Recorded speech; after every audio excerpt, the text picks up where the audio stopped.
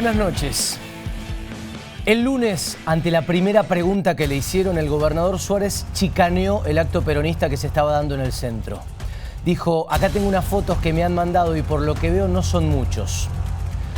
Ayer, la vicepresidenta Cristina Fernández de Kirchner insinuó que Patricia Bullrich es una borracha, o que por lo menos estaba borracha, a las 7 de la tarde.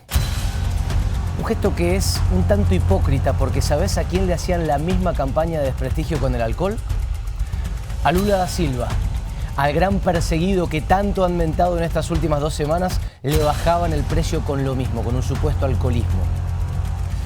Y la verdad es que en algún punto hay que dejar de hacer aquello que supuestamente hacen nuestros adversarios, aquellos que hacen esos verdugos a los que decimos detestar. Pero son solamente 2 puntos, 2 ejemplos de formas de vivir la política que estamos percibiendo todo el tiempo, cada vez más cansados por otra parte. ¿Sabes qué tienen en común esos puntos, la guerra tuitera que vivimos los mendocinos hoy y un tendal de ejemplos más que podríamos darte? Los aplausos. Que la gente aplaude ese tipo de actitudes de parte de los que tienen que gestionar. En ese gesto, en esos gestos en definitiva, está cuál es la relación que quieren tener con nosotros, cuál es la relación que quieren tener entre ellos y sobre todo, y acá está lo fuerte, ahí está el síntoma de lo que ellos entienden que es, al menos en parte, la función que tienen que cumplir. Vos fíjate lo que está demostrando solamente ese punto que te damos. Desde los partidos, desde todos los partidos, lo que está bajando es esa política primitiva, esa retórica del antagonismo porque sí. Ciudadanos y políticas, ciudadanos y comités y agrupaciones, nos estamos empujando mutuamente a un lugar irreflexivo desde el cual llega la Argentina, a un espacio muy choto de la forma en que tenemos que entender lo que nos pasa y cómo resolver sobre todo esto que nos pasa. Te empieza a dar miedo disentir con el de al lado porque tenés miedo de que piense que vos también sos el enemigo. En otras condiciones, que nuestros gobernantes vendan y compren esto que en parte es ficcional, porque lo sabemos, no sería tan grave. Pero están pasando cosas muy complejas en el país. Estamos ante un verdadero peligro. Un peligro multidimensional, si querés, porque es económico, es social y es de violencia. O de latencia, al menos, de episodios violentos como lo vimos este fin de semana. Cristina Fernández de Kirchner va a hacer un alegato político, además de uno judicial. Y ojo, los dos son extremadamente válidos y hasta pueden ser sanos. El riesgo es que esa arenga extrajurídica que va a hacer y la sobreactuación que hagan del otro lado, como ya ambos empezaron a mostrar, termine con violencia en las calles. Ese es uno de los grosos peligros que estamos enfrentando y que aparecen, se empiezan a dibujar en tu horizonte y en el nuestro. El otro peligro ya lo vivimos y es el de la terrible pobreza que estamos soportando, vivenciando, observando en nosotros y en los demás. Y te pido perdón, pero acá, para ejemplificar pobreza, quiero hacer un cachito autorreferencial. Ayer me puse a leer un artículo en un diario, obviamente mendocino, y el artículo era sobre cómo ATE había acordado con el gobierno de la provincia. Y hablaba justamente cómo después de 80 días de estado de movilización, de un tipo preso, Roberto Macho, de cortes de calle, de un quilombo infernal que vivimos durante 2 meses, hablaba de todo eso y cerraba con una especie de celebración. Estamos felices porque ahora alguien que trabaja 8 horas en la salud va a cobrar una canasta básica. Y ahí te cae la ficha. Ese era el logro. Después de todo lo que uno decía, bueno, lo leo con cierta ingenuidad, si se quiere, con cierta alegría. Todo ese quilombo que vimos fue para cobrar una canasta básica. Y ni siquiera son todos, era un porcentaje el que lo iba a cobrar. Y hay gente que cobra la mitad. Y ojo, no es una crítica a la paritaria ni para ninguno de los dos lados, ni sindicato ni gobierno. Es lo que te pasa cuando estás entretenido viendo el show de la Recoleta y la verdadera realidad, la verdadera actualidad te viene a tocar el hombro y decirte, che, acá está lo que realmente nos está pasando. No hay. Y no estoy diciendo que lo que ocurre no sea grave, porque de hecho es parte de esos peligros que nos acechan. Si la política se está metiendo en la justicia, como muchos creemos que está pasando, y como muchos creemos que se repite en varias provincias, es grave. Si en verdad un empresario amigo del poder nos robó durante 12 años y se quedó con 6.000 millones de dólares, también es grave. Y si para que eso ocurriera hubo connivencia con la vicepresidenta de la Nación, es todavía peor. Ahora, ¿sabés lo que no es grave y que sin embargo se está llevando la marca de todas nuestras miradas? Es la pelea entre ustedes, sus diatribas individuales y este personalismo absolutamente inconducente con el cual están llevando el país. En este contexto, todo ese combo no solo es inútil, sino que es absurdo. Y la gente, que somos nosotros, ya nos estamos dando cuenta y lo estamos empezando a mencionar. En 1802, o sea, hace 2 siglos y cuarto, Hegel, el filósofo Georg Friedrich Hegel, escribía: el ser humano solamente está completo como tal y listo para entrar en la historia, escuchá, si participa de alguna guerra. O sea, para existir necesitas un enemigo. En primer lugar, es una lectura rápida de este revival cristinista al que estamos asistiendo, que es un enemigo en común, una nueva forma y unas nuevas ganas de pelear en común. Pero no es por eso que te la traemos. Te la traemos porque agregaba, bien digo, el sabio y vigente Hegel, esto. Mira esto que tenemos para mostrarte. Decía que la sociedad se divide en 3 estamentos, ¿sí? En 3 stande. Abajo los campesinos, los laburantes, en el medio los industriales y los comerciantes y arriba una nobleza que es la que vive la vida posta porque es esencialmente guerrera. Puede permanecer ociosa aprovechando el trabajo de las otras clases. Mirá lo que decía también Hegel. Las otras clases, que vendríamos a ser nosotros, solo padecen esto, solo pueden contemplar pasivamente a la historia porque no la encarnan ellos, sino que la encarna la superioridad política y guerrera de los nobles. O sea, solo la nobleza, que sería la clase política, es la que completa el círculo. Tiene una vida total porque tiene adversarios y porque combaten entre sí. Y los otros, que seríamos nosotros, somos los que miramos pasivamente a que transcurre ese corso. Primero, porque necesitamos subsistir. Necesitamos laburar para vivir. Y segundo, porque tenemos que sostener a los nobles. Señores, a ustedes que son la reencarnación viva de esa nobleza, acá y allá, nosotros les dimos la herramienta más poderosa de transformación social posible. Les dimos el Estado. Y en un país donde la paz social está al borde, donde hay que recortarle plata a la educación para pasar el invierno, donde un laburante está empezando a pagar en cuotas la comida para tener algo que morfar a fin de mes, pelearse entre ustedes tendría que ser la última de sus responsabilidades. Y sin embargo, cada 5 minutos, cada vez que actualizamos un diario o una red social, lo que vemos es que es la primera. ¿Será que es lo único que saben hacer? Bienvenidos.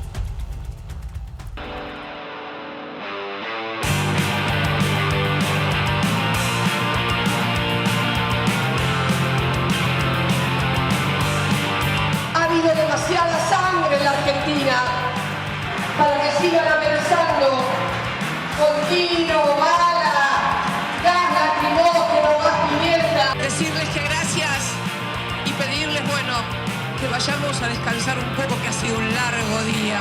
La vicepresidenta busca que la solución de sus problemas con la justicia argentina se diriman en la calle, enfrentando a unos argentinos con otros.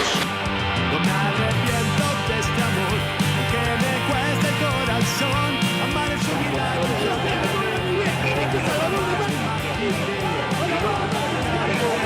Apostamos al diálogo. A mí no me va a temblar el pulso para usar la fuerza pública. Me veré cuando tenga que hacerlo para recuperar la paz social. La locura apasionada del amor. Y entre un te quiero y te quiero, vamos remontando al cielo. Y no puedo arrepentirme de este amor. Esto va a seguir, la verdad que es la primera convocatoria grande, pero tenemos un plan de acción para todo el mes, para seguir debatiendo y problematizando lo que está pasando con la situación de Cristina Fernández de Kirchner, pero también con todo lo que eso implica. Tenemos que dejar que la justicia actúe. Y si es culpable, es culpable. Y si no es culpable, será absuelta como corresponde también. Con lo cual, no estoy de acuerdo de ninguna manera con la manifestación y lo que se altere la vida de los vecinos. Y a usted, señora vicepresidenta, le quiero pedir que no siga incitando a las agresiones y a la violencia. No siga con sus declaraciones echando más nafta al fuego. Cuando el gobierno de la Ciudad de Buenos Aires toma previas consultas, como fue en este caso, previas consultas a todos nosotros respecto al apoyo que necesita, debe de mantener la posición tomada. Que no queremos a ningún trabajador argentino debajo de la línea de pobreza. Estamos poniendo en el bolsillo de nuestros trabajadores 20.000 pesos por hijo. Seguro 100% que no va a haber devaluación, por lo menos no este jueves. Los compañeros vuelven a sus lugares de trabajo, a cumplir sus funciones normales y habituales, entendiendo que el gobierno sí tiene que cumplir con esta propuesta salarial. Pero a la par, más allá de lo que resuelve el presidente con portezuelo del viento, nosotros estamos estudiando lo que se llamaba el portezuelo del viento originario. Que va a empezar un plan de lucha en definitiva continua.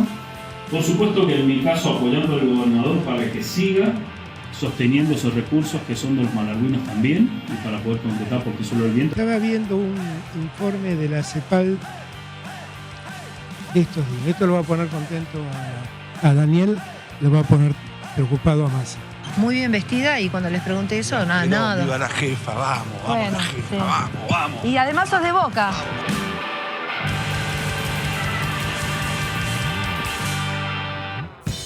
¿Cómo les va? Muy buenas noches para todos. 22:22 minutos, el país, como lo acabas de ver, está que arde. La provincia un poco menos, pero siente los toques, siente esos vasos vinculantes con la nación y empieza también a calentarse. Hoy 2 denuncias fuertes, la vamos a estar hablando en un ratito, del PJ para con el gobierno local.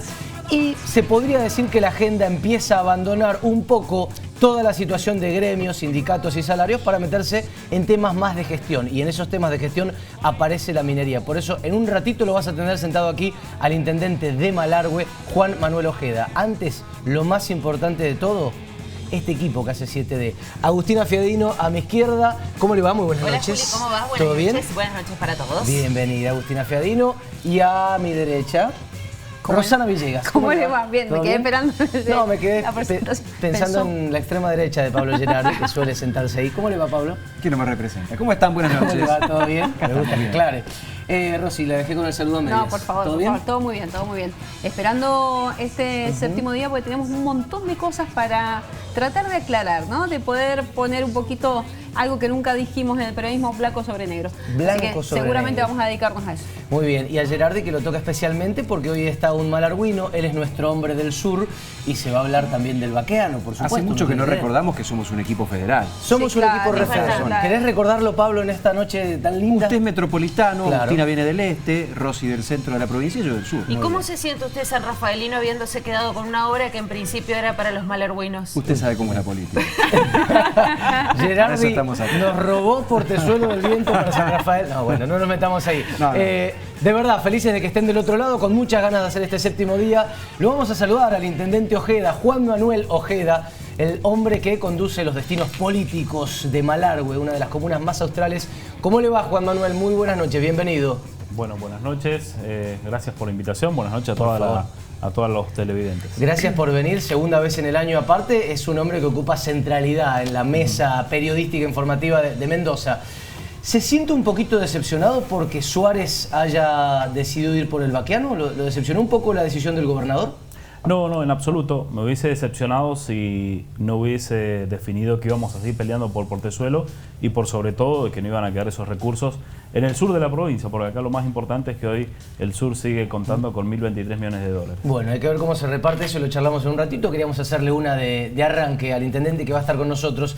Y como está con nosotros Juan Manuel Ojeda, nuestro hashtag del día de la fecha, ¿cuál es? Ojeda en 7D, claro, allí nos pueden encontrar @7_día y el hashtag, como les decía, Ojeda en 7D. Hasta las 11:30 podés comunicarte con nosotros a través de nuestro Twitter, que esperemos que se pique y después compartimos. Y en un un ratito, perdón Pablo, dígame. No, que ya está activo, digo. Exactamente, y me olvidé contarles la segunda parte del programa. Vamos a tener a la senadora Florencia Canali y al presidente de la Cámara de Diputados, Andrés Peti Lombardi, para discutir con un montón de cosas que están pasando y que se están hasta denunciando en Mendoza, así que invitados todos a quedarse del otro lado.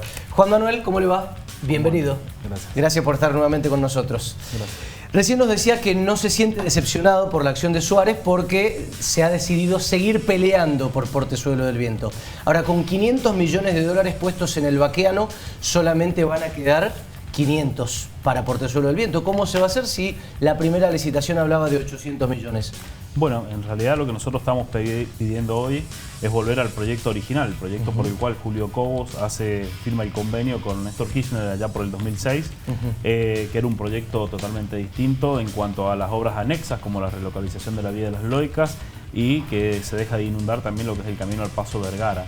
En este sentido, hoy estamos hablando de una obra cercana a los 500 millones de dólares, y en aquel momento eran 320 millones de dólares originalmente. O sea que la plata sería mitad para Baqueano, mitad para Portezuelo. Totalmente, por eso hablaba recién de que en mi caso no me decepcionó el gobernador. Distinto hubiese sido si no hubiese seguido dando la pelea por el departamento de Malargüe, ¿no? En este caso estamos hablando de dos obras fundamentales en el sur. Sin ir más lejos, en la década del 40, un ingeniero que fue uno de los primeros que empezó a estudiar el aprovechamiento integral del Río Grande, en definitiva, ellos ya planteaban la necesidad de trasvasar prácticamente 100 metros cúbicos a los distintos ríos de la provincia de Mendoza. Río Atuel, por supuesto al Malargüe, el Diamante y hasta el Tunuyán. Hoy sería inviable, ¿no? Por supuesto, pero fíjese lo importante o lo que representa la cuenca del Río Grande en la zona sur. O sea, y le quiero dar entrada a la mesa, o la última de mi parte en este arranque. Para que se cumpla con los deseos de Juan Manuel Ojeda y que se cumplan con los deseos de quienes quieren hacer el Baqueano, que es en San Rafael y es otra represa, no hay plata para nadie más. No hay plata para irrigación, no hay plata para lo que quieren los intendentes, no hay plata para la otra represa que querían hacer, que también sería en el sur. O sea, solamente quedaría para esas dos obras. Sí, totalmente. Yo creo que, a ver, en esto también hay que ser consciente en algo. Nosotros podemos tener el dinero, pero no podemos permitir que nos pase como nos ha pasado el día de hoy. Una obra a punto de adjudicar. Si no hay laudo presidencial, no podemos tocar ni una piedra del Río Grande. Bien. Y esto es lo importante, esto es lo que los mendocinos también tenemos que rescatar, ¿no? Porque en definitiva de nada sirve tener una planificación financiera o haber hecho todo un proceso para adjudicar una obra como Portezuelo del Viento y que después de 2 años y medio todavía no la podemos concretar, porque necesitamos el laudo del presidente. Si no hay laudo no podemos tocar una piedra del Río Grande. Hoy no podemos hacerlo. Y no. Necesitamos el laudo del presidente. ¿Por qué? Porque en el 2006, que esto también hay que contarlo, hubo un acuerdo de forma unánime cuando se decide hacer Portezuelo del Viento, el Portezuelo original también, donde fue un acuerdo unánime, incluso hasta La Pampa apoyando y aprobando los pliegos de licitación. Nosotros no podemos permitir que nos pase como nos ha sucedido, donde una sola persona, de forma unipersonal, el presidente en este caso, ni siquiera laudado, pues lo dije en el mes de febrero. El conflicto que nosotros tenemos es que de última, el presidente debería tener una definición, o sí o no. Bien. Lo que pasa es que es probable en ese trajín, intendente, que el presidente diga que sí, pero con un nuevo estudio de impacto ambiental sobre toda la cuenca del río Colorado, lo que significaría una gran cantidad de tiempo. Existe esa posibilidad, porque de hecho el laudo de Macri también contemplaba esa posibilidad del estudio ambiental en toda la cuenca. A ver, para ser más concreta, de aquí a que se pueda producir Portezuelo Grande o Portezuelo Chico, van a pasar muchos años a lo mejor. Totalmente, lo que nosotros necesitamos es que el presidente laude, o por sí o por no, porque en definitiva la obra venía bien y ya tenía un laudo presidencial. Sí. De hecho, por eso se avanza con el proceso licitatorio. Cuando el presidente toma caso, en definitiva, a lo que le hace al pedido de La Pampa, 4-1 fue la última votación. O sea, incluso teniendo también haber ganado, se ganó, digamos, la votación por mayorías. Lo que necesitamos es que el presidente diga sí o no. La Pampa dice que nunca se hizo ese estudio, que ese estudio amplio de toda la cuenca jamás se hizo. Eso es lo que marcan los pampeanos. Sí, totalmente, porque en definitiva, a ver, ¿qué sucede? Cuando el gobernador de La Pampa plantea el nuevo estudio, es cuando pierde 4-1. Sí. Ese es en realidad el planteo del gobernador. Al perder, solicitas por el laudo presidencial. Bien, que es el que toma de Pedro y el que toma el presidente. Claro. Entonces el estudio sobre toda la cuenca no está hecho. No, el estudio sobre toda la cuenca no, porque en definitiva ninguna de las presas ha tenido estudio sobre cuenca. Por eso le digo que probablemente si se lleva adelante ese estudio de impacto ambiental por toda la cuenca, pueden significar mucho más años. En ese contexto el gobernador le ha dado la palabra de que igualmente van a quedarse con Portezuelo, porque significaría tener guardadas la mitad de los 1.023 millones de dólares, a lo mejor mucho tiempo más. Nosotros vamos a seguir peleando por Portezuelo del Viento bajo la situación de que laude para poder continuar con ese proceso.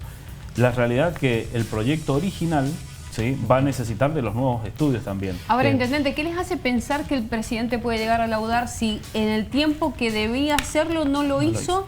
Y digo, ya parece que se agotaron todas las vías administrativas. El gobernador dice, bueno, voy a pedir otra vez un pronto despacho y si no vamos a ir a la vía judicial. ¿Pero qué les hace pensar que Alberto Fernández puede laudar? ¿O están esperando que termine la gestión para pedir otro laudo al presidente que venga? Yo tengo mi opinión personal. Como le dije en febrero, el presidente hizo una jugada política que afectó a todos los mendocinos.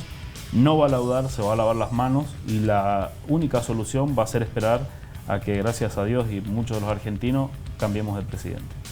Ahí va a estar la solución, cuando cambie el gobierno. Exacto, lo hizo Macri en favor de los mendocinos, ¿no? Laudó a favor de esa obra. Aún cuando en el 2006, repito, se ganó por unanimidad. En el 2006, cuando se hace el acuerdo para hacer Portezuelo del Viento. Y en el mismo año, 2006 incluso, cuando se pone a consideración el trasvase del Río Grande con 34 metros cúbicos por segundo, se gana por mayoría, porque se opone la Pampa, pero igual se vuelve a ganar. Bien, veremos qué pasa. Pablo quería hacer una pregunta también. Vuelvo sobre ese último aspecto que marca el intendente. El resto de las provincias quiere un estudio nuevo, hay que actualizarlo 50 años después. Es un hecho que en los últimos 10 años esos 34 metros por segundo no están. ¿Qué les hace pensar que se puede hacer un portezuelo con un trasvase si el agua no es tal? Porque ha venido disminuyendo como en todas las cuencas de la provincia. Sí, bueno, hay un tema que también me parece importante y la verdad que hasta hay que analizar seriamente una situación. El Río Grande es el río más caudaloso de la provincia de Mendoza y lejos uno de los más extensos, ¿no?, con el río Colorado.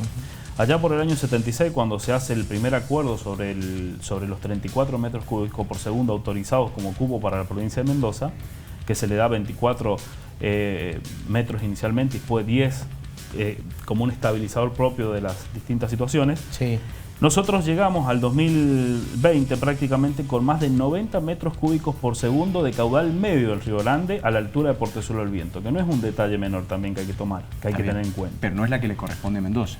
No, el caudal medio en la zona de Portezuelo del Viento supera los 90 metros cúbicos de promedio, ¿sí? El caudal es el módulo, digamos.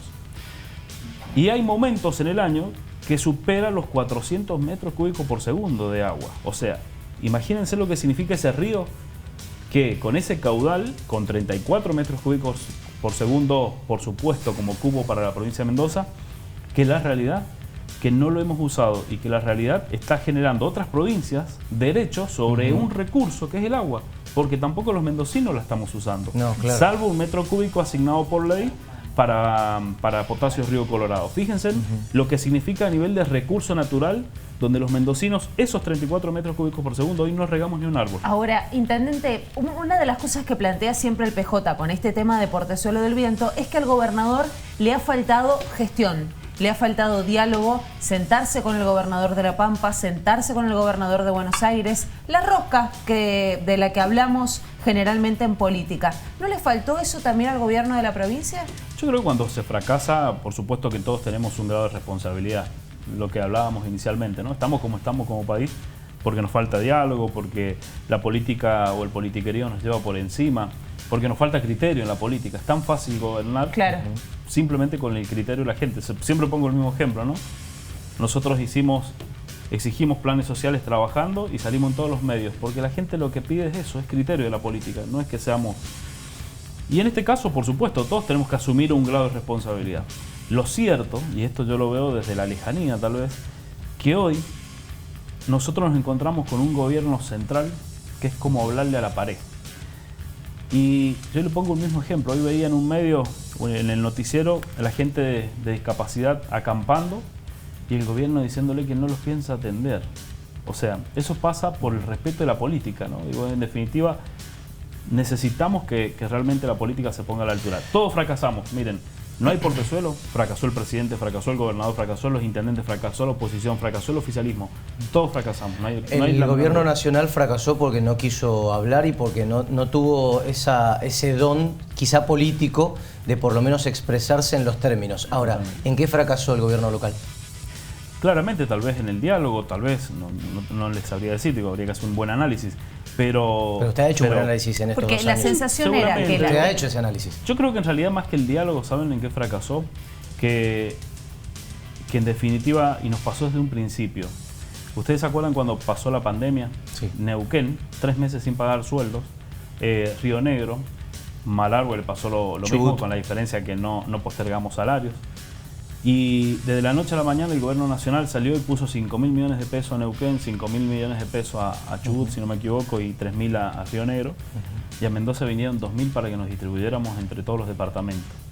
Ni siquiera asistir a los departamentos que habíamos sufrido como los nuestros, que cayó el petróleo, ¿no? Entonces, cuando se empieza a suceder esa fricción desde la política, es donde se corta el diálogo. Y ahí necesitas 2 partes para dialogar. Hay una que muchas veces tiene que volver, que nos pasa en la política, porque hay cosas que no nos gustan a los políticos. O sea, poner la otra mejilla. Tenemos que volver, poner la otra mejilla para ver si podemos arrancar con el diálogo. Miren, hay un video muy lindo donde se lo ve a Néstor Kirchner en San Rafael, Julio Cobo. Lo tenemos el video. Le preguntamos a la producción si lo podemos poner. Pero es muy lindo y muy simbólico. Néstor Kirchner, Julio Cobos, debido aparece en el medio del video, por lo visto. Veámoslo, ya que estamos comentándolo. Bueno, cierre la idea, así bueno, después lo vemos. Digo, cierre la idea primero. A ver, independientemente de la cuestión política, el país que necesitamos es un país del diálogo, es un país de la fricción constante, pero ponerle otra mejilla en definitiva. Ahí estaba ese diálogo. Para poder avanzar. Y ahí estaba el diálogo. Si ustedes ven el video, a ver, el actual presidente jefe de gabinete de Néstor Kirchner. Sí, de hecho se lo ve al costadito a Alberto Fernández. Así se celebraba uno de los primeros, está mal decirlo, pero uno de los últimos en el 2006, acuerdos por portezuelo del viento. Mira. En una tierra de productores, en una tierra de labradores, de trabajadores que enorgullece la Argentina, venimos a cumplir con una obra que es un derecho y un acuerdo que hacemos con el gobierno de Mendoza. Esta obra, que es una inversión millonaria, que es una obra que permanentemente el señor gobernador de Mendoza, sus intendentes, sus legisladores nacionales la pidieron, la firmamos, espero que el gobernador la licite, que la obra se pueda empezar el año que viene y que demos una vuelta de la historia y que esta generación le pueda decir a las generaciones que vienen que estuvimos a la altura de la historia. Vinimos a cumplir esta palabra federal con el pueblo de Mendoza.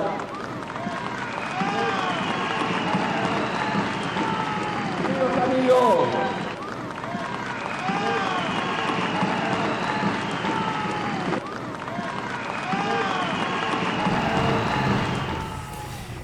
todos 16 años más jóvenes, ¿no? Y una firma de portezuelo que generaba muchísimo entusiasmo.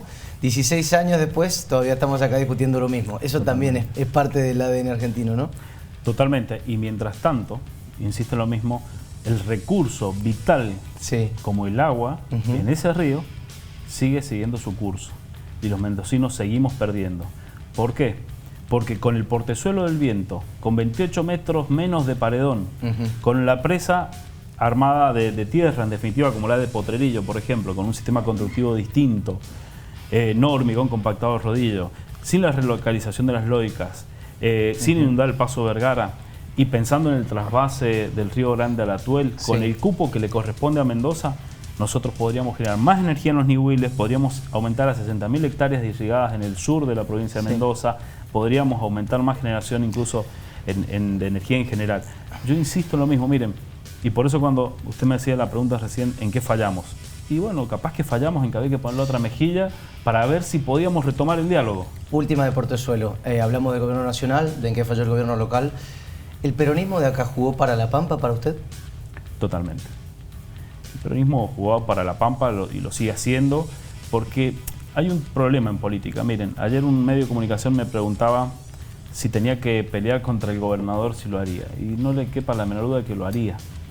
Muchas veces me preguntan sobre el proyecto minero. Mire, es inminente el proyecto minero. Yo antes de ser intendente y político, soy un vecino de mi departamento y me toca defender mi departamento como si algún día soy gobernador o si soy presidente o lo que fuera, o el presidente de la Unión Vecinal. Voy a defender los intereses de la institución que me corresponde. ¿Qué gana el peronismo si se cae Portezuelo? Y ya hoy gana, en definitiva, en primer lugar, lo que pasa es que están obedeciendo, me da la sensación, a decisiones políticas que van más allá de ellos, ¿sí? Obedecen a que la nación se los quiere bajar. Voy a ser muy pesimista con lo que voy a decir. Miren, y pido disculpas si la verdad que les parece que soy tan pesimista. ¿Saben lo que creo que pasó en esta obra? Y mirando el otro día un programa también interesante que lo dan los domingos a nivel nacional, que mostraban las rutas de las obras de vialidad. ¿Qué habla de la nata? De Periodismo para Todos. Cuando uno ve el Periodismo para Todos, veía las rutas y lo que pasó con vialidad en el sur, a mí me gustaría decirle a la nata, venía a Malargüe y ve lo que pasó con el puente del río Malargüe y lo que pasó con los 88 kilómetros tenemos de ruta 40 sur, que pasó lo mismo. Corrupción. Corrupción. Es decir, ¿vieron que en el barrio se dice cuando no hay tajada? Con Portezuelo pasó lo mismo. Eso es lo que está pasando con esa obra. Me explico, al no licitarla al gobierno nacional, en definitiva te ponen palos en las ruedas. ¿Pero quién perdió la tajada con eso? El gobierno nacional. No tengo la menor duda. Porque se perdió, pues no estaba Porque dado. no licitaban, porque el proceso no lo llevaban a cabo ellos. Y en definitiva son 1.023 millones de dólares. O sea, el 10% son 103 millones de dólares. O sea, a eso me refiero. Y capaz que soy muy pesimista, pero lamentablemente es lo que la realidad hoy nos ha llevado a observar.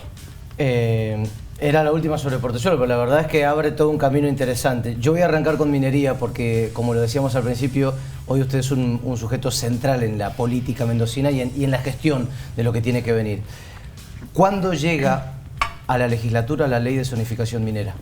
Bueno, la llegada es inminente, como lo decía recién. Quienes me conocen saben que vamos a llegar con el proyecto. Lo vamos Pero a traer intendente, como usted dijo que era inminente en junio. Sí, después yo mismo lo frené porque habían conflictos gremiales que no me parecían oportuno meter en la misma discusión, porque la verdad que queremos ir con un proyecto donde se debatan, donde se participen, donde los profesionales participen, los organismos científicos, de todos los sectores.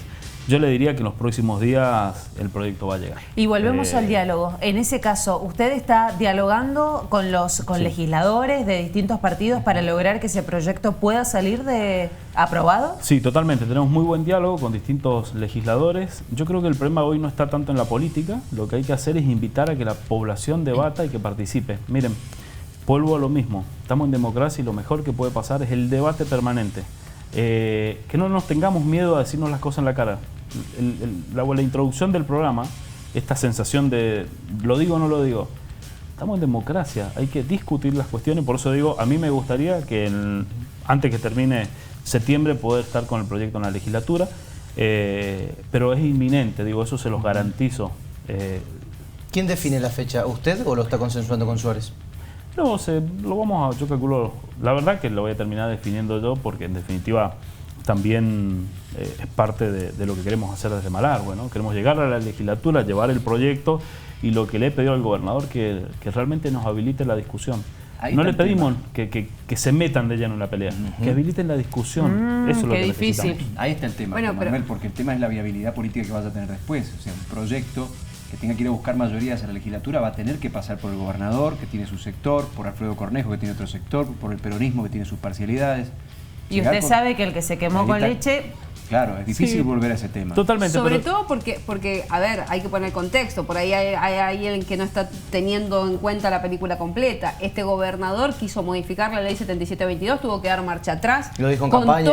Contó en su momento con el aval del peronismo para modificar esa ley y tuvo que dar marcha atrás justamente por todo, digamos, la movilización ambientalista que hubo. Y una cosa más, él ya ha dicho que la minería no avanzaría en su gestión. No hay chance de que avance algún proyecto de minería en mi gestión. Ha mostrado que lo que pretende, digamos, que los proyectos que pretende impulsar son todos los que están respetando la 7722. Nada indica que tenga intenciones de correrse un pie más allá de eso. Bueno, pero el legislativo es un poder aparte. Sí, yo creo que en definitiva también en el legislativo todos tienen sus sectores. En teoría. Y en los sectores están los próximos candidatos. Miren, yo les puedo asegurar que todos los candidatos a gobernadores, ninguno quiere seguir siendo o va a querer ser gobernador bajo la pobreza que nos toca vivir. Hoy son las 22:45 y de cada 10 niños en Mendoza hay uno que a lo sumo comió una vez al día. Y eso tenemos que hacernos cargo todos. Entonces, cuando uno está en política, quiere administrar, pero no nos gusta administrar pobreza. Y la verdad que es lo que hay que buscar. Yo confío que se va a abrir el debate. Me da la sensación, y lo hablo desde un punto de vista muy humilde, que los mendocinos nos están acompañando y apoyando para que se exceptúe a Malargüe la 7722, y eso lo digo acá y lo he dicho en varios lados. Y también mi compromiso con todos los departamentos. Miren, lo importante es la vocación territorial de los departamentos. Ejemplo, si los vecinos de Alvear no quieren minería, yo soy el primero en defender con ellos que no tengamos minería en Alvear ni en Tunuyán. Malargüe es minero. Malargüe necesita ser exceptuado, porque no basta con lo que la ley nos permite, y eso también tiene que quedar claro. Intendente, ¿cuántas son las zonas exceptuadas? ¿Cómo es la zonificación? ¿Cuántas son las áreas? Nosotros vamos a tener un área de interés departamental, que es Malargüe exclusivamente. ¿Pero que es todo Malargüe? Todo Malargüe. Pero no, no es que hay zonas que sí y zonas que no. Hacia adentro tenemos áreas, donde en definitiva esas áreas hay distintos niveles de actividad hacia adentro de las áreas. Cerca de los ríos y los poblados no hay minería prácticamente, o sea, la 7722 se sigue respetando de forma exclusiva. Y después... Por ejemplo, nómbreme, perdón, 2 lugares en donde está, porque usted lo ha dicho, zonas que sí, zonas con cierto nivel de restricción y zonas que no va a haber minería. ¿En qué zonas no va a haber minería? Poblados nombres, ¿tiene? Cercanos a glaciares. Cualquier poblado que tengamos cercano a 10 kilómetros a la redonda no debe haber minería, bajo o sea, se respeta la 7722, es decir, no se puede usar ni cianuro, ni ácido sulfúrico y demás.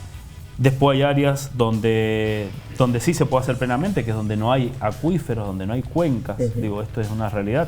Nos pasa con un proyecto de oro que no hay cuenca hídrica. Lo cuento siempre, que nosotros le llevamos a 574 puesteros agua potable en un camión. Es el de Goldfields. Claro. El de la Sudafricana. Exacto. Y así hay distintos sectores. Miren, nosotros queremos hacer minería, pero queremos cuidar el ambiente también y en definitiva esto es lo que buscamos. Y por supuesto que necesitamos que participen organismos científicos y organismos internacionales en el Plan de Desarrollo Estratégico Minero. Última, antes de la pausa, si podemos a la vuelta hablamos de potasio y etcétera.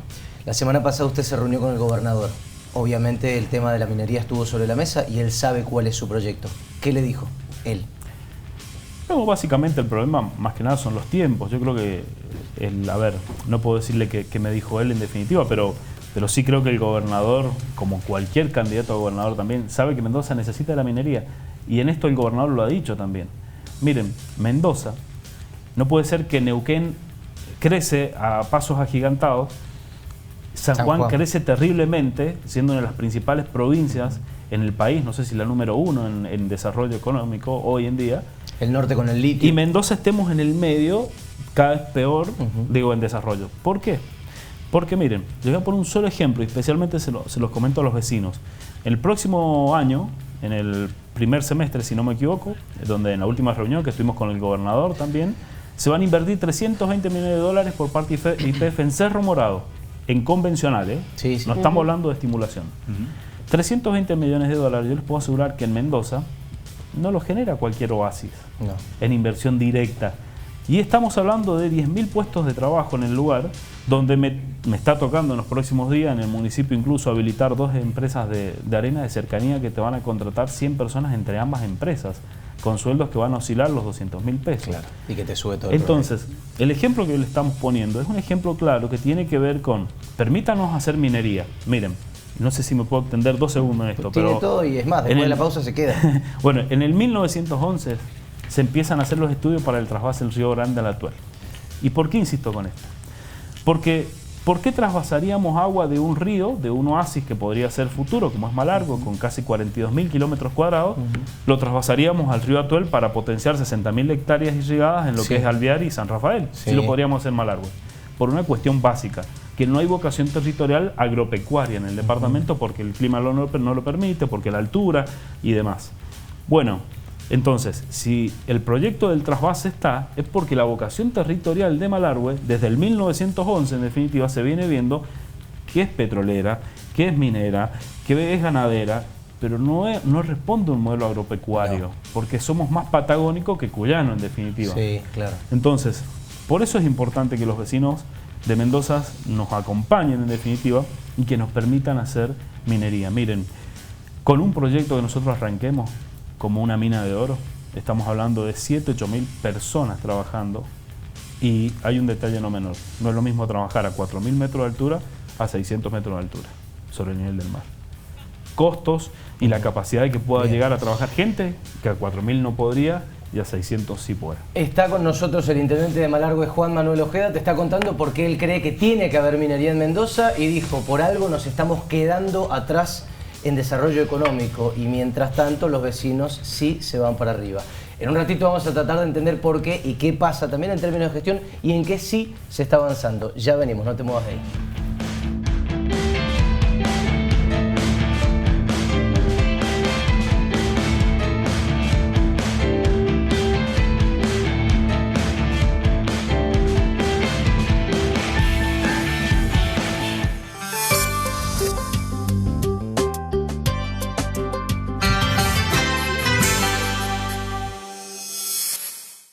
Nada más rico que una buena picada. Y si los fiambres son de distribuidora La Picada, será sublime. Ventas por mayor y menor. Calidad para el paladar. Visítanos en nuestras 4 sucursales. Conocé a los originales. 2615-924357. Búscanos en las redes sociales. Empezá a soñar tu próximo viaje por Argentina.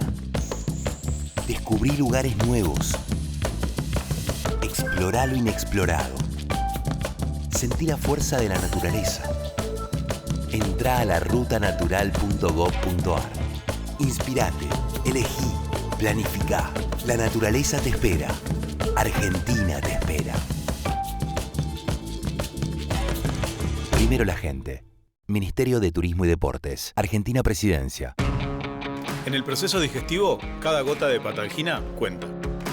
El alcoholaturo del caucil se obtiene de la maceración de sus hojas en alcohol. Su efecto colerético y colagogo estimula la función del hígado, facilitando la digestión. Lo mismo pasa con el alcoholaturo de zanahoria, que junto a la boldina y al mentol ayuda a que los alimentos no nos caigan pesados. A mí me gusta agregarle soda y limón. ¿A vos? Con hepatalgina, sentite siempre bien. En Noticiero 7 tenemos la información que necesitas para estar al día. Entrevistamos a los protagonistas y estamos en el lugar de los hechos. Hablamos sobre actualidad, pero también profundizamos otros temas. Te esperamos en las 2 ediciones de Noticiero 7.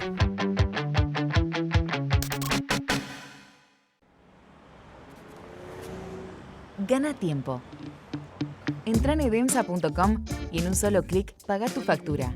Saca turnos, hace tu reclamo y mucho más. Gana tiempo. Ahorra energía. edemsa.com.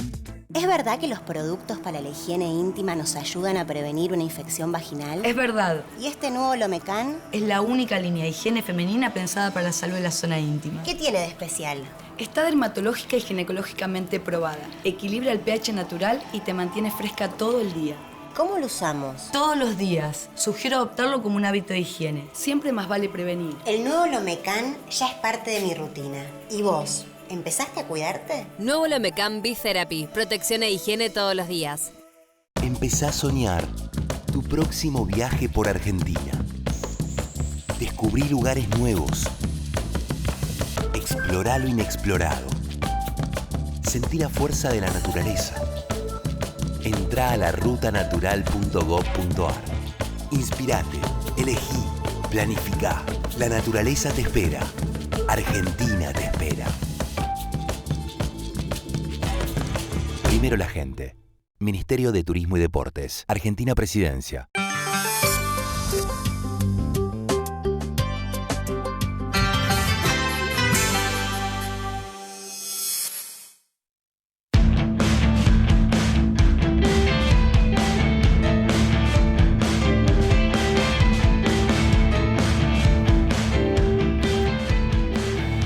Hasta acá viene respondiendo absolutamente todo Juan Manuel Ojeda, lo que no significa que vayamos a librarlo del juego que tiene Séptimo Día todos los miércoles. Agustina Fiadino, Pablo Gerardi y Rosana Villegas, es todo suyo explicar este juego que han inventado. Siempre uno nuevo, ¿eh? Esto también es novedoso. siempre un programa, un juego nuevo. Así que todo vuestro. Vamos a jugar a las apuestas.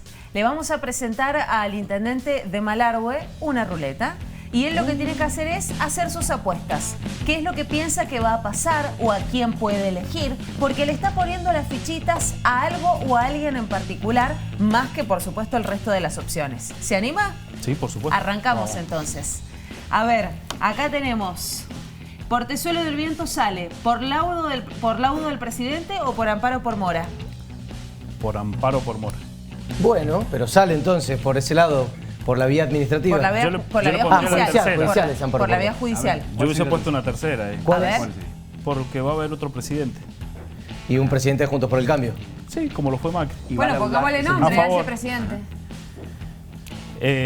O presidenta. Y tengo dos personas, una vez Manes y Alfredo Cornejo creo que debería ser el presidente. Bien, del PRO no nombra ninguno. No, Alfredo Cornejo creo que es lo que necesita la Argentina. Miren, necesita la Argentina alguien que en este tiempo ordene. Eso bien, entonces ni amparo por mora, ni tampoco por el presidente Fernández, por el presidente... Por el próximo presidente. Por el presidente Cornejo, prácticamente, dijo el intendente, ¿no? Claro. Pero le van a vetar el laudo. Si llega a ser presidente, le van a decir, no, usted no puede laudar porque no sería imparcial. Bueno, pero el presidente de algún lado es, ¿o no? El presidente... Bueno, Fernández es de Ciudad de Buenos Aires. Pero primero necesita los votos, Alfredo Cornejo, para llegar a eso. Sí. Bueno, seguimos con el juego. A ver por dónde se inclina, por qué elige el intendente. La obra que saldrá, ¿portezuelo o portezuelito? El portezuelo original, creo. ¿Qué es portezuelito? ¿Qué es portezuelito? Es mucho más chiquito, es la mitad de costo. No, no es tanto. A ver, es la mitad, pero no por las dimensiones. Sí, sí. A ver, tenemos que tener en cuenta que produciría el 70% de la energía. La diferencia es el sistema constructivo. El actual portezuelo está bajo un sistema de hormigón compactado rodillo. Entonces, ¿qué pasa? El costo es muy elevado y el portezuelo original era como la presa Potrerillo. Es un sistema que se va rellenando y después lleva hormigón. Por fuera, cerca de 70 centímetros más. Portezuelito sería, no por las dimensiones. La Villa de las Loicas. Claro, sí, totalmente. O sea, el portezuelo de Cornejo y Macri murió. Ya está. Y hoy, dadas las condiciones, sí, totalmente. ¿Qué más le toca a Pablo Gerardi? Mientras esperamos portezuelo y portezuelito. A ver, ¿cuál de estas opciones mineras avanzará más rápido? ¿Hierro Indio o potasio Río Colorado? Potasio Río Colorado. ¿De verdad? Sí. ¿Y más rápido que Hierro Indio? Pero si Hierro Indio hay que empezar la exploración recién. Totalmente, eso es el detalle. Pero de potasio hay que encontrar inversores. Bueno, o sea, que se le deja a poner una cantidad de plata. Dijo que ardían los teléfonos, ¿se acuerdan? Que ardían los teléfonos. Sí, no paraban de llamar por potasio. Era como una teletón de potasio Río Colorado. Pero Hierro Indio tenés ahí a un propietario que está dispuesto a explorar, después obviamente estudio de impacto ambiental y explotación, me parece que está más a la mano. No, en realidad yo creo que Hierro Indio va a empezar con un proceso de exploración que no es menor porque es todo un significado, tiene todas las habilitaciones correspondientes. La diferencia es que está en un proceso de exploración, si bien es una mina que sabemos que tiene material porque ya estuvo en producción, pero Potasio Río Colorado hay muchos interesados. De hecho, a mí como intendente me han llegado algunas cartas de inversores con serias intenciones de trabajar en el lugar. ¿Le han mandado cartas los inversores? Como intendente para poder... Sí, claro. ¿De qué país? Además de los de Suárez. ¿Cómo? Son los de Suárez, son con los que habló el gobernador en Canadá. Deben haber 2 o 3 porque en eso uno, a ver, ¿qué es lo que hace? Deriva en definitiva, porque nosotros no nos podemos meter en eso. ¿No están por venir en estos días? Tenían que ir a visitar la zona. Sí, los australianos. Viene muy bien, digamos, por Potasio Río Colorado. Así que, y aparte también ha elevado el precio, eso también no es un detalle menor. En esto, la guerra de Ucrania ha movido mucho el precio la exportación del potasio. Y lo que hay que empezar a ver, que esto sí es algo que me llama la atención. En Malargüe hasta el día de hoy nunca se encontró litio, pero el litio sale asociado al cloruro de potasio y el cloruro de sodio. Claro que cuando se exploró potasio fue allá por el 2000, incluso antes, se buscaba litio. Y no se buscaba litio. Claro. Entonces ahí hay que estar atento también.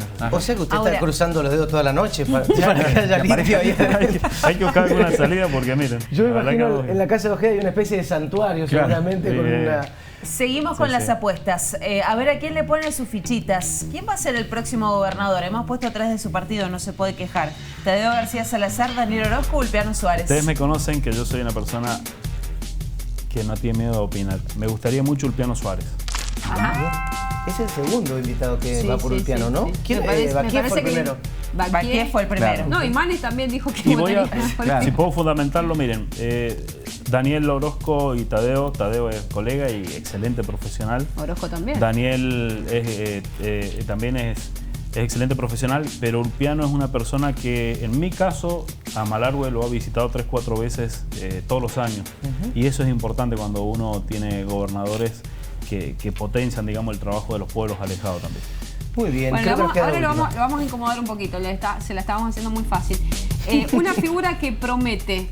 ¿A quién le lo pone que las tiene que fichitas? elegir? Claro. De estos tres nombres, ¿quién cree que promete más? ¿Anabel Fernández Sagasti, Lucas Hilardo o Roberto Rigui? No tengo la menor duda que es Roberto Rigui. Es un intendente de un pueblo alejado, la verdad que Roberto, no tengo la menor duda. ¿Tiene los honores como para poder ser candidato a gobernador? Totalmente. Miren, es muy difícil ser intendente en los pueblos alejados.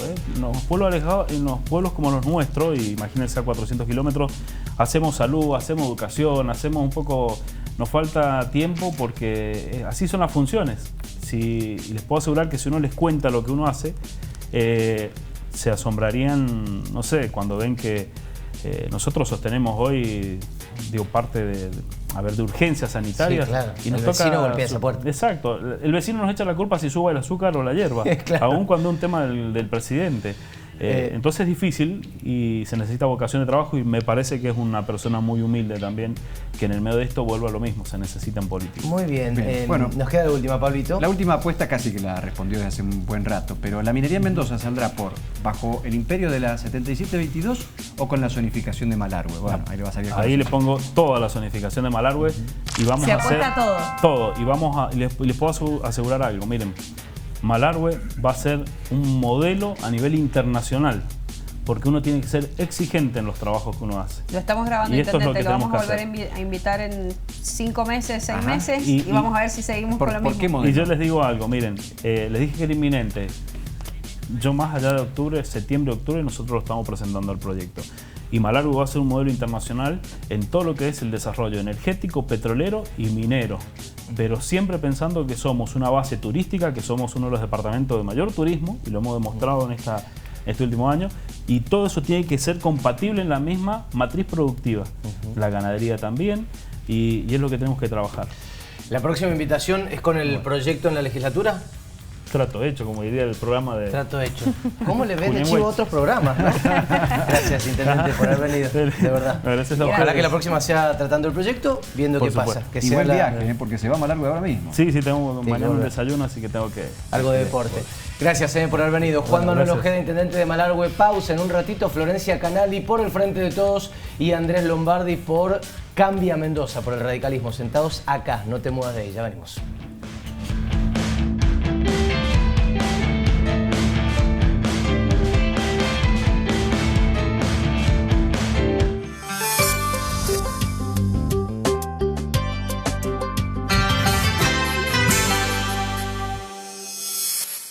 Todo nos pasa por la panza.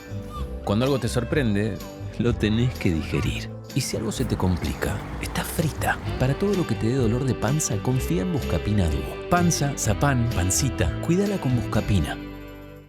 Hay noches en las que no puedo dormir del dolor en las piernas. ¿Ves esto? Lo que te causa ese dolor son las válvulas de tus piernas que no están funcionando bien. Yo te recomiendo que uses Goicochea Flevo. Es un medicamento en crema con toxerutina que actúa en forma tópica sobre tu piel para que sientas alivio inmediato y logres resultados visibles. Nueva Goicochea Flevo. De Goicochea, desde hace décadas, el especialista en piernas. Gana tiempo. Entra en edemsa.com y en un solo clic paga tu factura. Saca turnos, hace tu reclamo y mucho más. Gana tiempo, ahorra energía.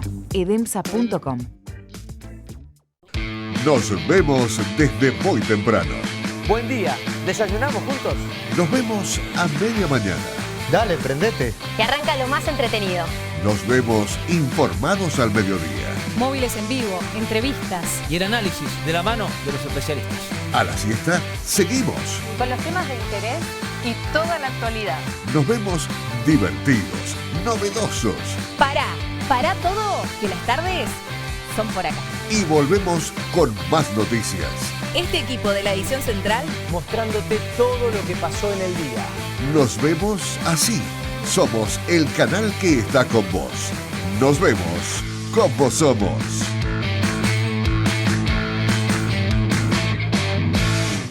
empezá a soñar tu próximo viaje por Argentina. Descubrí lugares nuevos. Explorá lo inexplorado. Sentí la fuerza de la naturaleza. Entrá a larutanatural.gov.ar. Inspirate, elegí, planificá. La naturaleza te espera. Argentina te espera. Primero la gente. Ministerio de Turismo y Deportes. Argentina Presidencia. Chicas, hoy me duele todo. No sé si entro. ¡Ay! ¿Qué haces vos acá? Este es el vestuario de mujeres. El dolor no tiene género. Prepárate con Bengué Desinflamante y a la cancha. Bengué Desinflamante, gracias a su fórmula médica, alivia el dolor y la inflamación localizada en todo tipo de lesiones.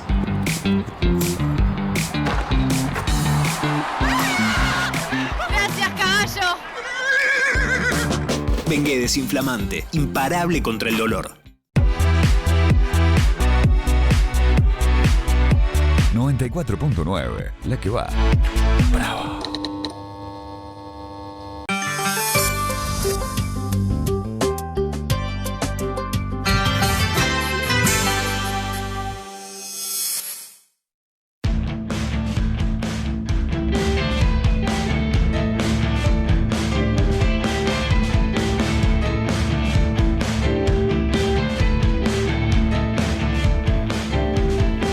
Florencia Canali es senadora por el Frente de Todos, está aquí con nosotros. Hola Florencia, ¿cómo va? Hola, ¿qué Bienvenida. tal? Y Peti Lombardi, conocido, ha estado en muchos de los formatos del Séptimo Día, es el presidente de la Cámara de Diputados, lógicamente por el oficialismo. ¿Cómo va? Muy bien, muy Diputado, buenas noches. Me es raro decirle Peti, Andrés Lombardi.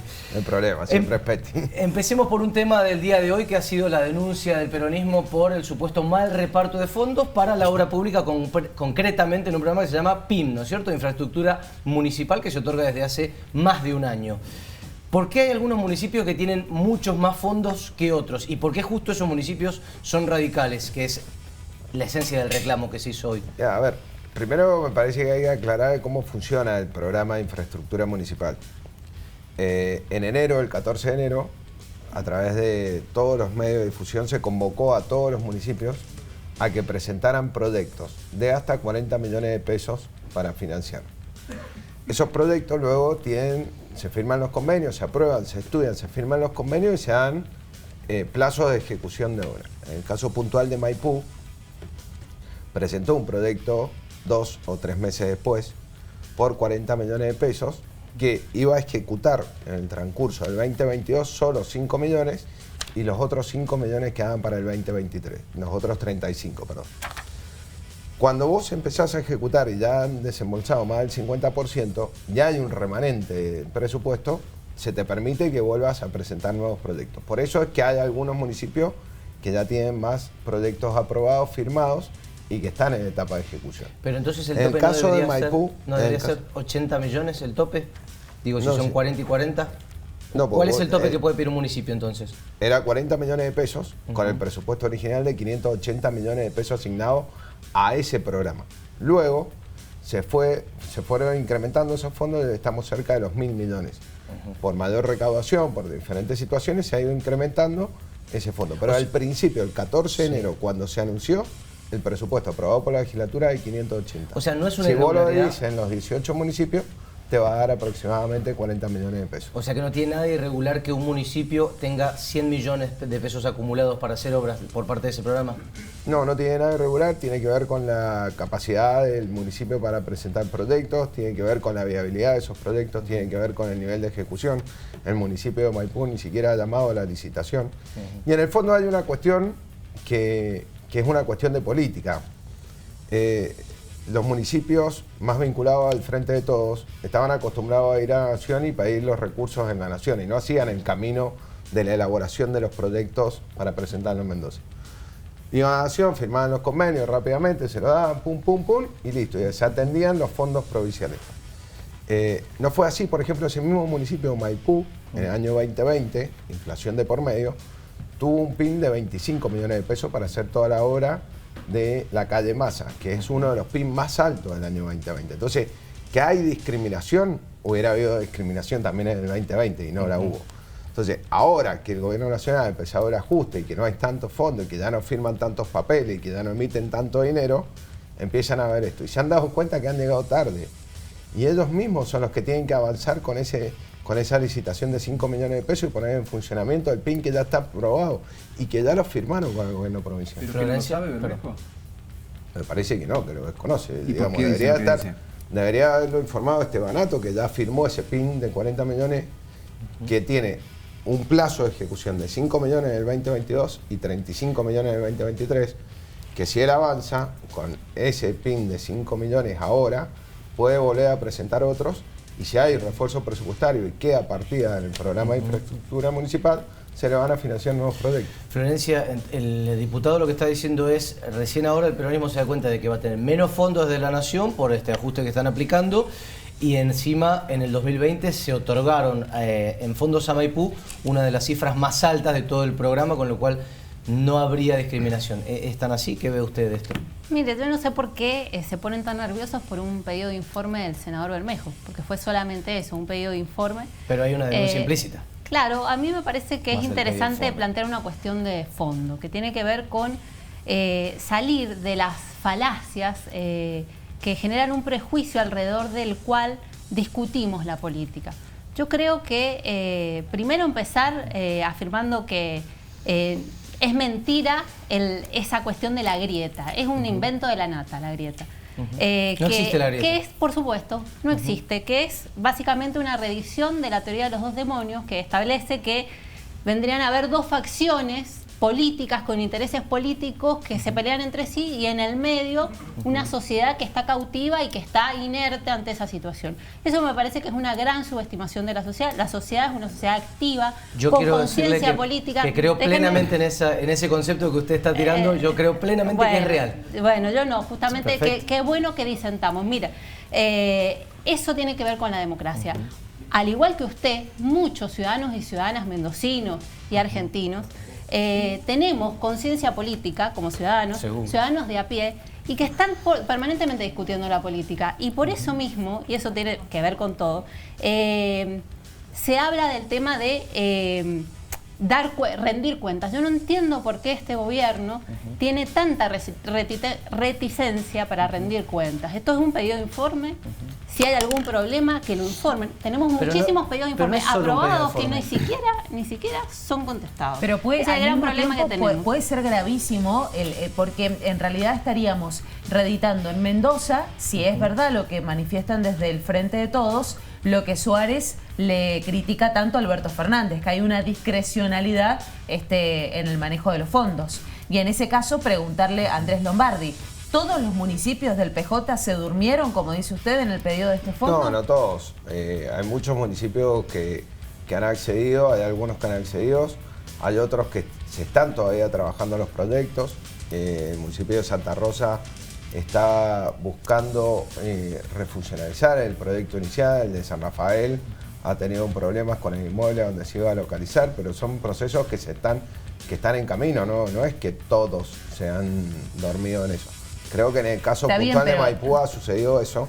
Está bien, pero saquemos el caso puntual de Maipú. Lo que sí, en esa tabla que muestran los legisladores del Frente de Todos, lo que sí se ve es que hay intendencias que están hoy gobernadas por el radicalismo que tienen mucha más plata, mucho más dinero en ese programa en particular que los gobernados por el peronismo. Pero a ver, si uno hace una convocatoria abierta pública para todos los municipios y a todos le fija 40 millones de pesos para sus proyectos, ¿dónde está la discriminación? Pero porque tampoco podría ser tan burdo decir solamente voy a alargarle plata a los municipios radicales. Bueno, pero si eso es lo que hace... a nivel nacional también sucede. Eso es lo que hace el gobierno nacional, no hace convocatorias abiertas. Uno va, pasa por una oficina, mi amigo, mi compañero, acá el compañero, y le firman el proyecto. No hay una convocatoria abierta para todos por igual. Ahí es donde uno muestra que hay un respeto a una regla de juego y que cada uno de los municipios presenta sus proyectos. Hay municipios que tienen una expertise mayor para presentar los proyectos y poder avanzar y ejecutar obras, y hay otros que tienen una expertise menor. Y en este caso puntual, a mí me parece que muchos de los municipios del peronismo le ha sucedido eso. Han ido a buscar los fondos a nivel nacional, que los conseguían fácilmente porque estaba el compañero, y que se han desatendido de los proyectos de Mendoza. De O todos sea, modos, estamos hablando... subestimaron el PIN y por eso... Y además yo quiero aclarar una cosa. No está la discriminación que si ustedes miran uno de los programas económicos de la provincia de Mendoza más importante de los últimos años, que es Mendoza Activa, el departamento de Maipú es uno de los municipios que más plata ha recibido. Bueno, pero esos son proyectos privados. Individuales. La gran mayoría son proyectos privados. Pero también son en cooperación estatales. con los municipios. Sí, en algunos casos son en colaboración. Pero digo, cuando uno mira esa lista que se dio a conocer ayer cuando el senador Bermejo presentaba este pedido de informe, la verdad es que es llamativo que hayan comunas como por ejemplo Guaymallén, que recibió 105 millones, y comunas como San Rafael, que recibió 1 millón. ¿No? U otras como, para mostrar, La Cera 154 millones, San Martín de la senadora 28 millones, la Municipalidad de Tupungato 27 millones. ¿Todos los peronistas ahí? Bueno, Sí, solamente 2 peronistas. La Valle recibió 262.000 pesos. 200.000 pesos. 262.000 pesos. Contra 100 millones. Y por San Rafael 1.020.000. Para darte, las dos comunas del justicialismo, las que aparecen en este listado que dio a conocer justamente el senador Bermejo. Hay que decir que según el senador y según lo que se dio a conocer, las otras 4 comunas, me refiero a Turuyán, La Paz, Santa Rosa y Maipú, no habían recibido ningún peso. Según lo que dio a conocer Isgro hoy, estaban en esta situación que está diciendo el diputado Lombardi. Antes de que conteste Lombardi, por supuesto Florencia, que la queremos escuchar. En el listado de Bermejo, teóricamente Maipú no recibió nada y según el presidente de la Cámara de Diputados recibió 5 y va a recibir 35 el año que viene. Corrigo. O sea, la diferencia es total, es de 0 a 100% la diferencia. Tiene firmado el PIN por 5 millones. Tiene firmado, tiene la autorización para licitar. Está bien. Si licitara, recibiría los 5 millones. Y los 35 los tiene asegurados para el año que viene. Para el año que viene, claro, porque es la continuidad del mismo programa, creo que es de pavimento, por 40 millones de pesos. Bien. Florencia, no sé si quería contestar respecto No, sí, a totalmente desproporcional. Los números que está diciendo Rosana, por ejemplo, son claros y vuelvo a insistir, yo no sé por qué se resisten tanto a rendir cuentas. Los campeones de la República no cumplen con los principios básicos de la República, que es, por ejemplo, rendir cuentas y la transparencia. Este gobierno, el gobierno del macrismo pro, del radicalismo pro que tenemos en Mendoza, porque la verdad que no se hace mucho cargo del macrismo acá los radicales de Mendoza, la verdad que todos los organismos de control están en manos del oficialismo. Todos los organismos de control. Nadie los controla, nadie los puede controlar. Y desde la legislatura, cuando tratamos de cumplir nuestra función, check and balance, se lo digo en criollo, control, el control republicano, no tenemos esa posibilidad porque está, pero yo lo invito a que se fije, la cantidad de proyectos presentados y aprobados de pedidos de informe que no son contestados, que ni siquiera, no le digo ni siquiera en los plazos legales, sino que directamente no son contestados. ¿Y cree que lo van a contestar? En absoluto, no creo. ¿No cree que vayan a contestar este pedido de informe? Mira, ¿sabes qué pasa? Y si lo contestan, contestan lo que quieren, cualquier cosa, no lo que se necesita. Entonces la verdad que acá hay que hablar sobre la cultura democrática, que tanto le falta al radicalismo pro de Mendoza. ¿Cree que no se va a contestar este pedido de informe? Lo primero, corregir, en promedio todas las semanas entre diputados y senadores se están aprobando 8 pedidos de informe. No se contestan. El nivel de las estadísticas que han salido publicadas en varios medios es que estamos arriba del 85% de contestación de los pedidos de informe. No es cierto. Podríamos googlearlo y... Googlealo porque no es cierto. Yo no sé dónde se busca ese índice.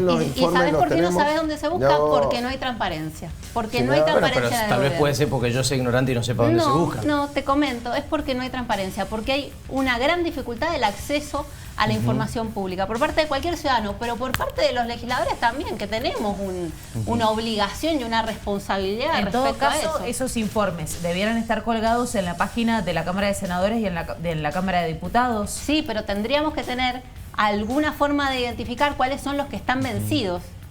Yo tengo un proyecto presentado para que se establezca y se señale en el sistema cuáles son los que están vencidos y cuáles son los que tienen los términos, los plazos de cumplimiento, de contestación vencidos, porque ese es el problema.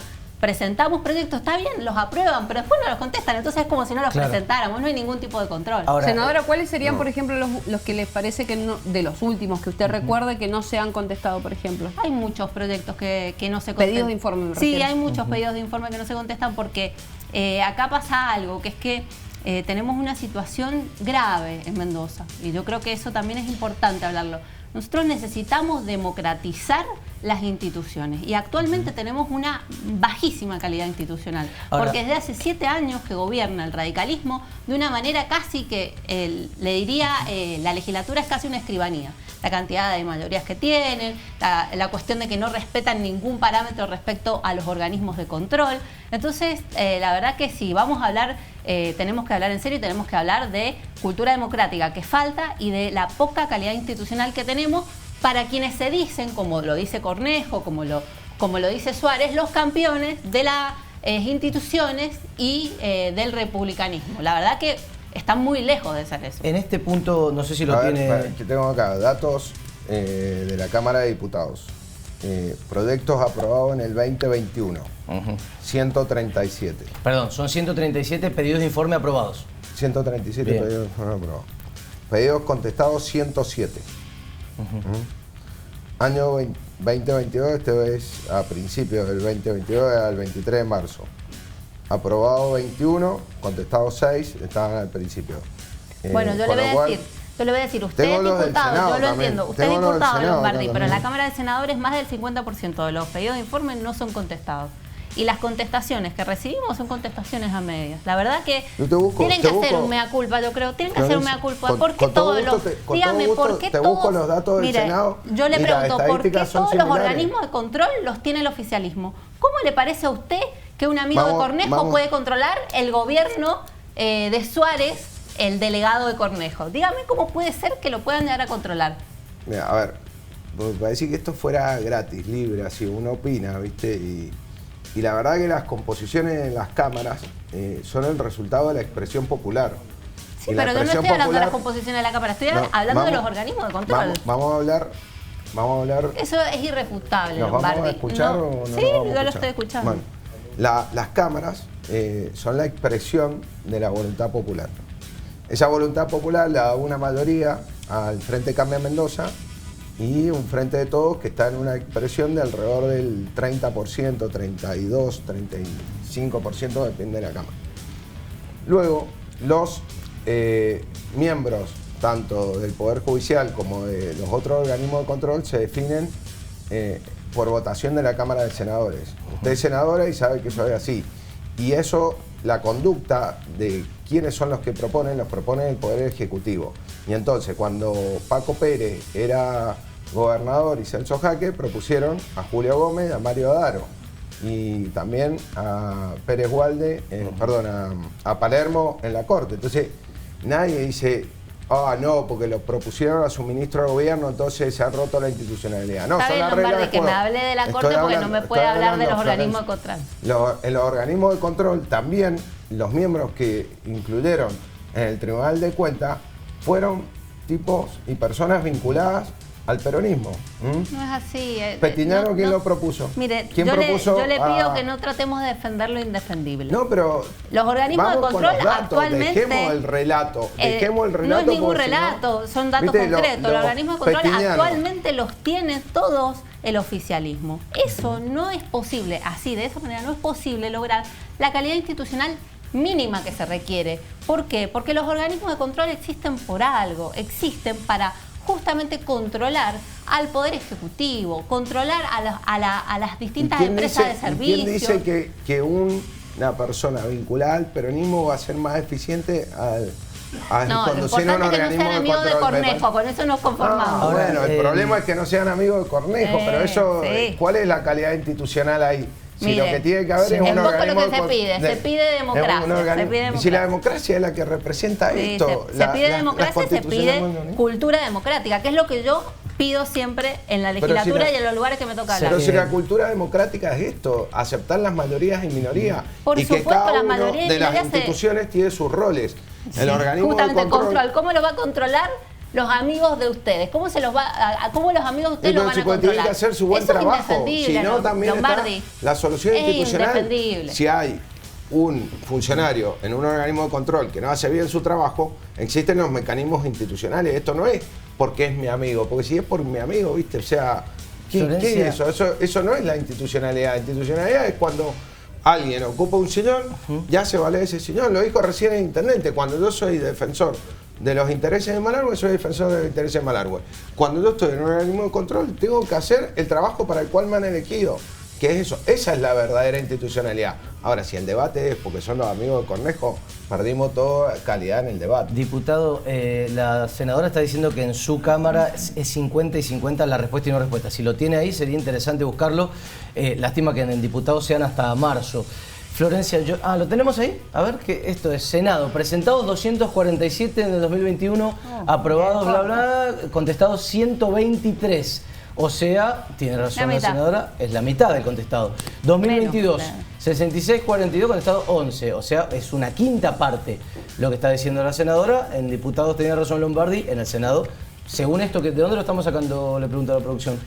Cámara de Senadores, información oficial. Bueno, yo le quería preguntar, puede contestar Lombardi si quiere. Senadora, en esto de que no existe la grieta, como usted planteaba, que es interesante como concepto, en esto de sacarnos de encima la doble vara, usted señala algo que es muy loable esto de, o mejor dicho, es muy válido como señalamiento, quién tiene los organismos de control, quién maneja las designaciones en la Cámara de Senadores, por ejemplo, ¿no? El Consejo de la Magistratura, etcétera. ¿Qué opina usted, que está del otro lado, de que, por ejemplo, Paco Pérez hubiese designado a 100 jueces en 4 años? O a que una causa como la que se está discutiendo ahora, por ejemplo, que es vialidad, sean o no ciertas las pruebas o los indicios que se están presentando, quien manejaba o quien tenía que velar por que se hiciera todo en vías institucionales era Alejandra de Minichelli, la esposa de Julio De Vido, el ministro de Planificación, que está justamente acusado de ser corrupto. Todos esos lugares fueron designados por el kirchnerismo y era gente totalmente cercana a su riñón, ya no en la presidencia, sino en la década del 90 en la provincia de Santa Cruz. De Vido, López, de Minichelli. ¿Todos esos puntos se los autocritica usted o no forman parte de la misma práctica? Mire, yo le agradezco que saque el tema de Cristina Fernández de Kirchner. Pero no olvide la pregunta que le hice. No, por supuesto. Siempre que tengamos que hacer una autocrítica se va a hacer. A mí me parece importante destacar algo que recién mencionaba. Yo no creo en la grieta porque es un invento de la nata y la verdad que nos somete a estar en un corralito discutiendo y comiéndonos la cola como un perro comiéndose la cola. Y creo que la sociedad se ha expresado en las calles, tanto en una vigilia realmente de muchísimos días, creo que lleva 10 días, una vigilia en la casa de Cristina Fernández de Kirchner como en toda la provincia. Y yo la verdad que quiero venir a destacar la figura de la expresidenta y actual vicepresidenta de la Nación como una figura profundamente ética, una persona coherente a lo largo de los años y justamente creo que eso es lo que atacan. Quieren generar con esta causa y con tantas otras causas que han llevado adelante contra ella, un ejemplo para que nadie se anime a combatir al poder real, que es lo que ella hace todos los días. Yo le digo una cosa, yo pongo las manos en el fuego por Cristina Fernández de Kirchner. Yo pongo las manos en el fuego, pero estoy segura que todas las pruebas son falsas, supongamos que todos los indicios son truchos. ¿Qué nos dice de ese cooptamiento de los aparatos de control y del nombramiento de 100 jueces en el último gobernador peronista? Mire, a mí me parece que... 90 y pico, perdón. Mira, a mí me parece, yo hablé de algo muy concreto, que es el tema de los organismos de control. Yo creo que los organismos de control tienen que estar en manos de la oposición, que es quien tiene la posibilidad de controlar al oficialismo que esté gobernando. Después, respecto al tema de jueces, etcétera, hay mecanismos, existen mecanismos actuales que son institucionales a través de los cuales se pueden nombrar jueces. O sea, lo que dijo Lombardi es exactamente lo mismo que dijo Lombardi. Se olvida de decir o no lo está diciendo que en el gobierno de él y en los 7 gobiernos del radicalismo pro de Mendoza se han cansado de nombrar. Pero fueron menos. Fueron menos jueces. Son 5 radicales y 5 peronistas en la historia de la vuelta a la democracia. Ya llevan 7. A ver, contémoslo. 7 años, no 7 gobiernos. Con esto tenemos que irnos. No. Pues son y media. Yo Bueno. quiero cerrar con una cosa tan chocante. Quiero que los dos cierren como quieran la noche. Sí. Sería muy lindo volver a atenderlo, porque realmente Ojalá se no nos ha hecho vuelvan a corto. invitar. Me encantaría y me pareció muy interesante conocer la parte, ya nos habían hablado bien de usted. Cierren como quieran los dos. ¿Empieza Florencia o quiere que empiece? Sí, yo puedo empezar, no hay ningún problema. Yo quiero decir que vengo de Palmira y que en San Martín se está sufriendo mucho el neoliberalismo y las políticas de ajuste que está aplicando Rufeil. Y quiero decirle a la gente de el Carril San Pedro, la gente de la calle Marianov, que están luchando en las organizaciones vecinales y en las comisiones vecinales por el agua potable, quiero decir que acá tienen una dirigente política que va a estar al frente de esos reclamos, al igual que los reclamos de los municipales de San Martín, que la verdad que cobran un salario de miseria. Así que quiero decir eso y quiero decir que siempre vamos a estar defendiendo la democracia, defendiendo la institucionalidad democrática y defendiendo, por supuesto, a los trabajadores y trabajadoras que necesitan mejorar sus condiciones laborales. Yo desde Palmira les digo que estoy comprometida con Palmira y con todo el municipio de San Martín para que las cosas mejoren. Andrés. Bueno, parece candidata a intendente en San Martín o en Palmira. ¿Por qué no? A mí me parece que nosotros estamos en una situación en un país en donde todo es una cuestión de relato y de fe. Yo le tengo fe a Cristina, pero la verdad que los bolsos de López eran cosas reales y no hay forma de justificar cómo aparecieron esos bolsos y tampoco hay forma de justificar cómo Florencia Kirchner tenía 8 millones de dólares en una caja de seguridad en un banco. Esas son las cosas y en eso hay que justificarlo en la justicia, no en las cuestiones de fe. Creo que eso es lo que le da institucionalidad a un país. Evidentemente la Argentina está sufriendo un proceso de deterioro institucional y estamos en un proceso de deterioro económico muy grave que le está generando muchos problemas, no solo a los gobiernos, sino fundamentalmente a la gente. Entonces, cuando hablamos de los pobres y decimos que ganan poco, etcétera, el problema no es que un problema de un municipio, es un problema del país, es la Argentina que está en ese problema, porque con inflaciones que van a estar cercanas al 80-90% anual, la verdad que no hay forma de resistir y que nadie tenga una calidad de vida. Gracias a los dos. De verdad que nos encantaría reeditar este encuentro, sobre todo para aprovecharlo con más tiempo. Gracias por haber venido, Florencia. Gracias. Muy amable, a los dos por venir. Nos vamos. Bodega Privada estuvo con nosotros como cada miércoles para terminar 7º día brindando y celebrando, bajando un poquito, al menos un cambio, ¿eh? Nos quedamos con ganas de seguir esta charla. Y cuando Sony 32, distribuidora La Picada, también fue parte de este 7 día, así que muchísimas gracias para ellos y para todo este gran equipo que nos quedamos todos con ganas de más. Gracias a todos, buenas noches, quédense en el cine. Chao.